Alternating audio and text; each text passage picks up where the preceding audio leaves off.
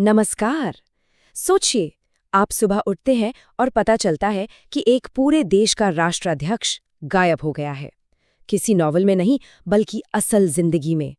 आज हम एक ऐसी ही घटना की परतों को खोलेंगे जिसने पूरी दुनिया को एक बहुत बड़े संकट के मुहाने पर लाकर खड़ा कर दिया है।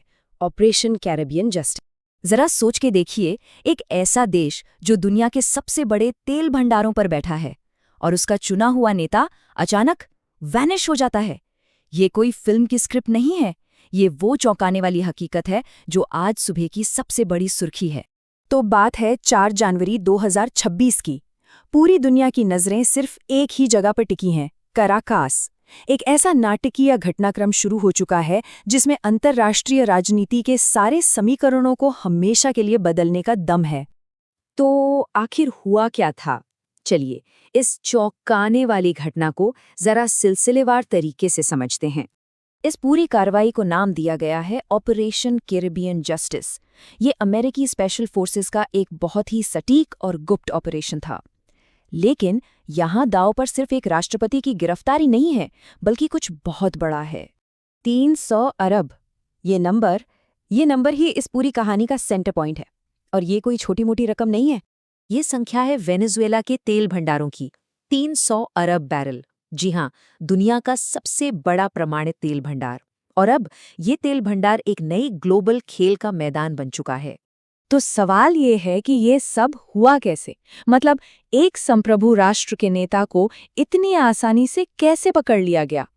जवाब छिपा है एक सर्जिकल स्ट्राइक जैसी सटीकता में। अमेरिकी स्पेशल ऑपरेशंस कमांड ने इसे इतनी सफाई से अंजाम दिया कि मादुरो के सुरक्षा घेरे को भनक तक नहीं लगी। स्टील्थ हेलीकॉप्टर अंधेरे में दाखिल हुए, एडवांस्ड जैमिंग टेक्नोलॉजी से राष्ट्रपति भवन को दुनिया से काट दिया गया और फिर मादुरो को निकाल लिया गया। लेकिन सबसे बड़ा सवाल तो यही है, अमेरिका ने इतना बड़ा अंतर्राष्ट्रीय जोखिम उठाया क्यों? वैसे आधिकारिक तौर पर इसका जवाब एक बहुत बड़ी इनाम राशि में छिपा है। $15 मिलियन। ये वो इनाम की राशि है जो मादुरो पर रखी गई थी। लेकिन ये सिर्फ पैसे की बात नहीं है, बिल्कुल नहीं। अमेरिका के मुताबिक निकोलास मादुरो सिर्फ एक नेता नहीं, बल्कि एक नार्को टेररिस्ट हैं। ये एक बहुत बहुत गंभीर आरोप है। इसका मतलब है कि उन पर आतंकवाद को फाइनेंस करने के लिए नशीले पदार्थों की तस्करी का इल्जाम है। और न्यूयॉर्क की अदालत में उनकी पेशी ये साफ कर देती है कि अमेरिका इस मुद्दे पर अब पीछे हटने के मूड में नहीं है। ऑपरेशन तो सफल हो गया, लेकिन इसके बाद वेनेजुएला का क्या? कराकस में अब क्या माहौल है? सोचिए, जब किसी देश का शासक इस तरह रातों रात गायब कर दिया जाए तो पीछे क्या बचता है? सिर्फ अराजकता और एक खतरनाक पावर वैक्यूम। कराकास की सड़कों पर ऊपर से भले ही सन्नाटा हो, लेकिन हवा में तनाव इतना है कि वो कभी भी फट सकता है।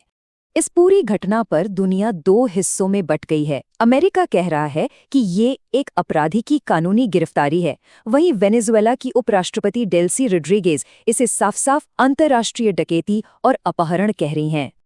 और इसी तनाव के बीच अमेरिकी राष्ट्रपति का एक बयान आता है जो इस घटना के पीछे के एक और संभावित मकसद की तरफ इशारा करता है।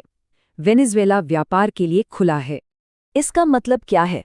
मतलब साफ है, शेवरॉन और एक्सॉन जैसी बड़ी अमेरिकी तेल कंपनियां अब वहां के तेल के कुओं और रिफाइनरीज को अपने हाथ में लेने की तैयारी में हैं। अब ये कहना मुश्किल है कि ये शासन परिवर्तन की कोशिश है या फिर सीधे सीधे संसाधन पर कब्जा।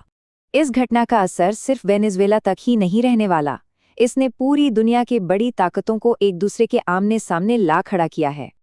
जैसा कि हम देख सकते हैं, ग्लोबल चेस बोर्ड अब पूरी तरह से सेट हो चुका है। एक तरफ है अमेरिका, जो इसे शासन परिवर्तन कह रहा है। दूसरी तरफ है रूस और चीन, जो इसे सीधे सीधे युद्ध छेड़ने जैसा काम मान रहे हैं। और बीच में है भारत, जो एक बहुत ही नाजुक संतुलन साधने की कोशिश कर रहा है। रूस और चीन की प्रतिक्रिया सिर्फ बयानों तक सीमित नहीं है। खबर है कि रूस के युद्धपोत कैरेबियन सागर की तरफ बढ़ रहे हैं। अब सवाल ये है कि क्या दुनिया एक बड़े सैन्य टकराव की तरफ बढ़ रही है? वहीं भारत के लिए ये एक मुश्किल कूटनीतिक पहेली है।